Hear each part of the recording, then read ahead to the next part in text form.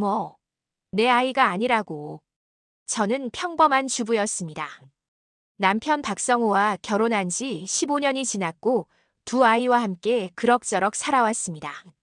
그런데 어느 날 우연히 본 남편의 휴대폰에서 낯선 이름을 발견했습니다.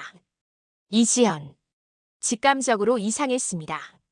메시지를 확인했을 때 제 예상은 맞았습니다. 오늘 밤도 기다릴게. 라는 문구가 눈에 들어왔습니다. 머리가 하얘졌습니다. 처음엔 믿고 싶지 않았습니다. 하지만 남편의 행동은 점점 수상해졌습니다. 밤늦게까지 회식이라며 들어오지 않았고 술에 취해 비틀거리며 들어와서는 괜히 짜증을 냈습니다. 저는 모른 척하려 했지만 아이들이 눈치를 챘습니다. 큰아이가 조심스럽게 제 손을 잡고 물었습니다. 엄마, 아빠가 왜 저래? 그 질문이 제 가슴을 찔렀습니다. 저는 직접 확인하기로 했습니다. 남편이 외출한 뒤 뒤를 밟았습니다. 결국 모텔 앞에서 이지연과 웃으며 들어가는 모습을 보았습니다. 다리가 풀려 주저앉을 뻔했습니다.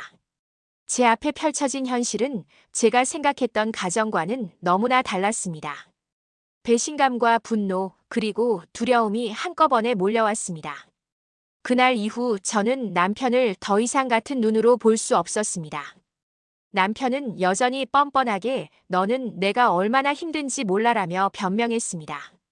그러나 그의 말은 모두 핑계였습니다. 아이들 앞에서조차 저를 무시하며 큰 소리를 쳤습니다. 그 모습이 제겐 더 큰 모욕이었습니다. 저는 점점 무너져 갔습니다. 남편의 외도 사실은 곧 시댁에도 알려졌습니다. 그런데 시어머니는 저를 불러 말했습니다. 여자가 조금 참아야 가정이 유지되는 거다. 저는 충격을 받았습니다. 제 고통을 이해해주기는커녕 오히려 남편 편을 드는 말이었습니다. 순간 저는 이 집안에서 제 자리가 없다는 걸 깨달았습니다. 더 끔찍한 건 남편이 아이들까지 제 편에서 떼어내려 했다는 겁니다. 그는 큰아들에게 엄마는 돈도 못 벌고 집에서 놀기만 한다고 말했습니다. 아이들은 혼란스러워했고 특히 작은 아이는 저와 점점 멀어지는 듯 했습니다. 남편의 계산된 말들이 아이들의 마음을 흔드는 걸 보면서 저는 두려움과 분노로 잠을 잘 수 없었습니다. 게다가 남편은 재산을 몰래 빼돌리고 있었습니다. 명예 이전, 비자금, 심지어는 저 모르게 빚까지 지고 있었습니다. 저는 서류를 뒤지다 그 사실을 알게 되었고 다시 한번 배신감을 느꼈습니다. 남편은 단순한 외도자가 아니라 제 인생을 송두리째 파괴하려는 사람이었습니다. 그러나 가장 큰 충격은 병상에 누운 시아버지에게서 들은 말이었습니다. 그는 힘겹게 속삭였습니다. 사실 내 남편은 예전부터 그랬다. 나도 말리지 못했다. 저는 더 이상 이 집안에 기대할 것이 없다는 걸 확신했습니다. 그리고 결심했습니다. 이 지옥 같은 결혼 생활을 끝내기로. 이혼 소송은 생각보다 더 잔혹했습니다.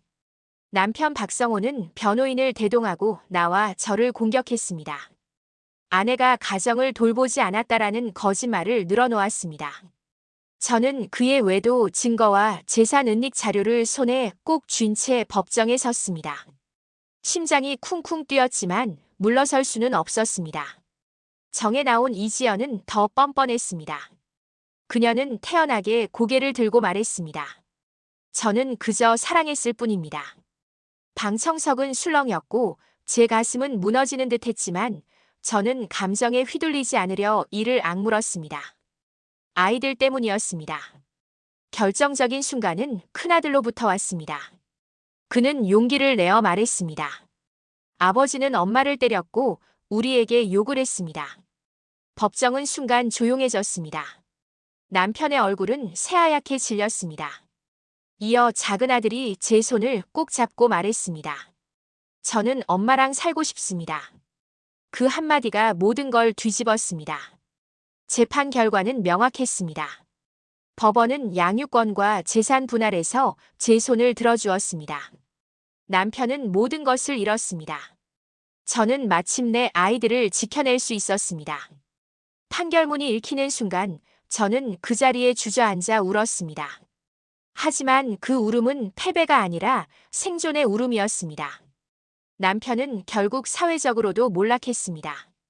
회사에서 자리도 잃었고 이지연마저 그를 떠났습니다. 그는 술에 취해 살며 서서히 무너져갔습니다. 반면 저는 아이들과 함께 조용히 새로운 삶을 시작했습니다. 쉽지는 않았지만 더 이상 저를 끌어내리는 사람은 없었습니다.